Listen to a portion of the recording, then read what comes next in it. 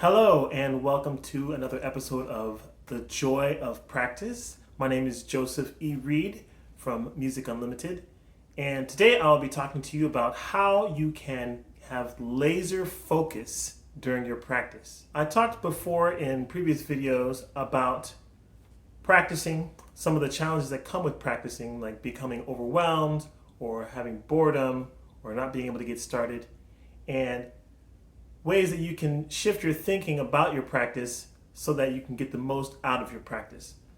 And the last video I talked about breaking down your overall practice into three units, three time units: your before, during, and after. And in the before unit is where you prepare, get things ready. Your during unit is where you're actually doing the practice. And then afterwards, in your after unit, it's where you can play, share, and rest. So in the next three videos, I'm going to be focusing on the prepare unit, the before unit. And so this first video in the three, we're talking about how to get laser focus. So here's a way that you can think about this. Imagine two sources of light. You have a light bulb that shines bright, a nice energy that can light up the entire room so you can read or whatever like that. And then you have a laser. And a laser will shine the light in one specific area. And sometimes the laser can be so pointed and so focused and so energized that it can actually cut and burn things as it moves. And you can have laser precision. And in fact, that's what's needed for some of the surgeries that they use a laser for, or some of the activities like laser imaging and scanning documents with lasers. Really, really powerful technology. So it's different kind of focus, different kind of attention. With the light bulb, it just shines a light on everything. You can look around and it's not really a specific thing that you're focusing on. Whereas the laser is highly intentional, highly energetic. So this type of focus will help you to have more productivity, more intensity, and make more progress during your practice. But how do you get this focus? So there's a couple of things that I think about that help me to focus while I'm practicing. Helps me to do less better, as John Assaraf says. So one is, I think about the Pareto principle. If you've heard of the Pareto principle, sometimes it's called the 80-20 law, where 80% of the results come from 20% of the efforts. And a lot of times it's skewed even further. You may have 90% of the results coming from 10% of the efforts or more. And so that Pareto principle, that idea that you can actually get a lot more work done, a lot more results, if you focus on the 20% that is the most important, with that mindset, that helps you to cut out things that may be slowing you down, cut out things that may not be as important. There's a great book that I read called The One Thing. It's by Gary Keller.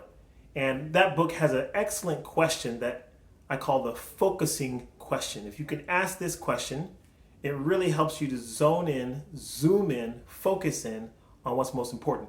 And that question is, what is the one thing I can do such that by doing it, everything else is easier or unnecessary? And so I like to ask that question. Sometimes I'll be, it'd be time for me to practice, time for me to do an activity, and my mind is just like scattered. I'm like, oh, what do? I got this, I got that. And if I ask that question, what's the one thing I can do?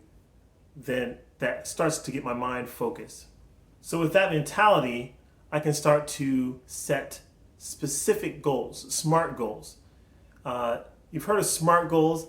It's an acronym, and the S stands for specific. The M stands for measurable.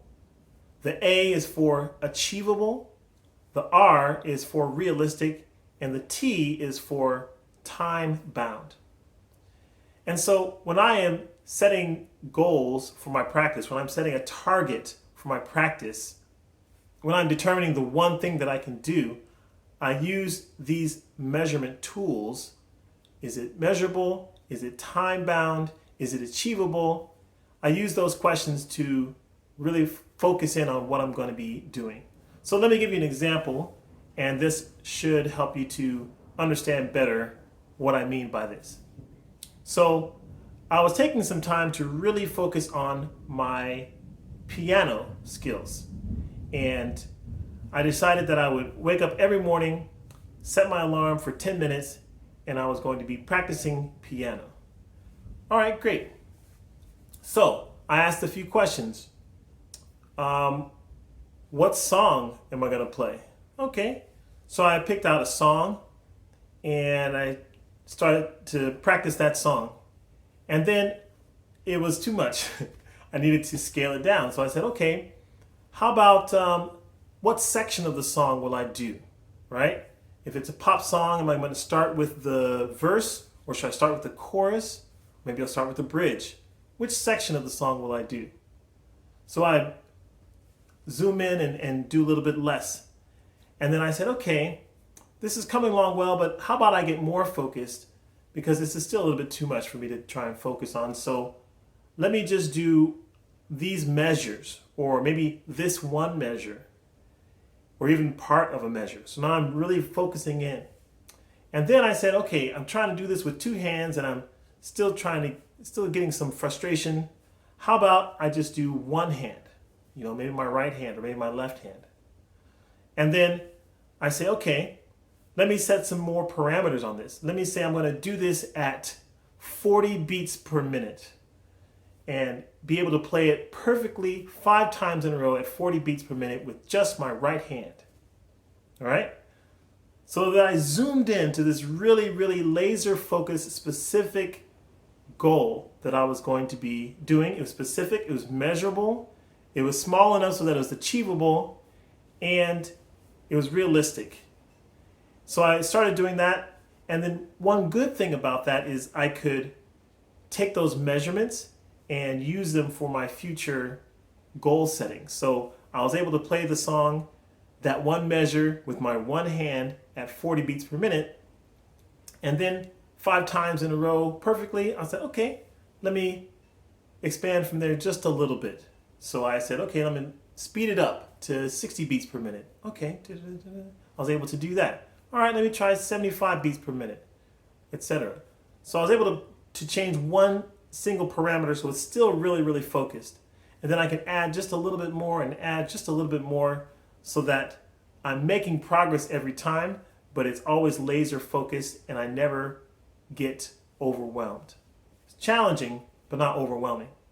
So that's an example of how I did that when I was practicing the piano. And you can do that too on your instrument. You can say, all right, what do I need to work on? Zone in, zoom in, focus in, and break it down. Instead of focusing on the notes and the rhythms and the dynamics and the expressiveness, let's say, okay, this time I'm just going to focus on getting the rhythm correct. Don't worry about the notes, the pitches, just the rhythms, okay? Or maybe another time, say, I'm only going to focus on how much energy I have while I'm playing this. I'm just going to have the best performance attitude and energy while I'm playing this. Don't worry about making mistakes. Don't worry about playing the right notes. Just one thing at a time.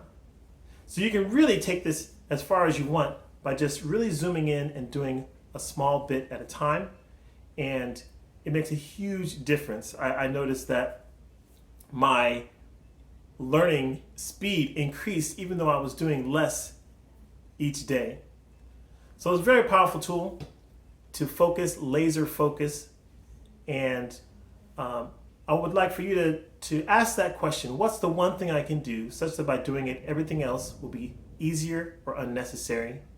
And then also, is your target, is your goal a SMART goal? Is it specific? Is it measurable with numbers? Is it achievable? Is it realistic? And is it time bound?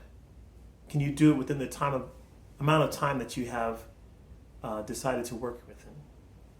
If you find this helpful, please like it, subscribe, and share with others who are also trying to have more joy in their practice.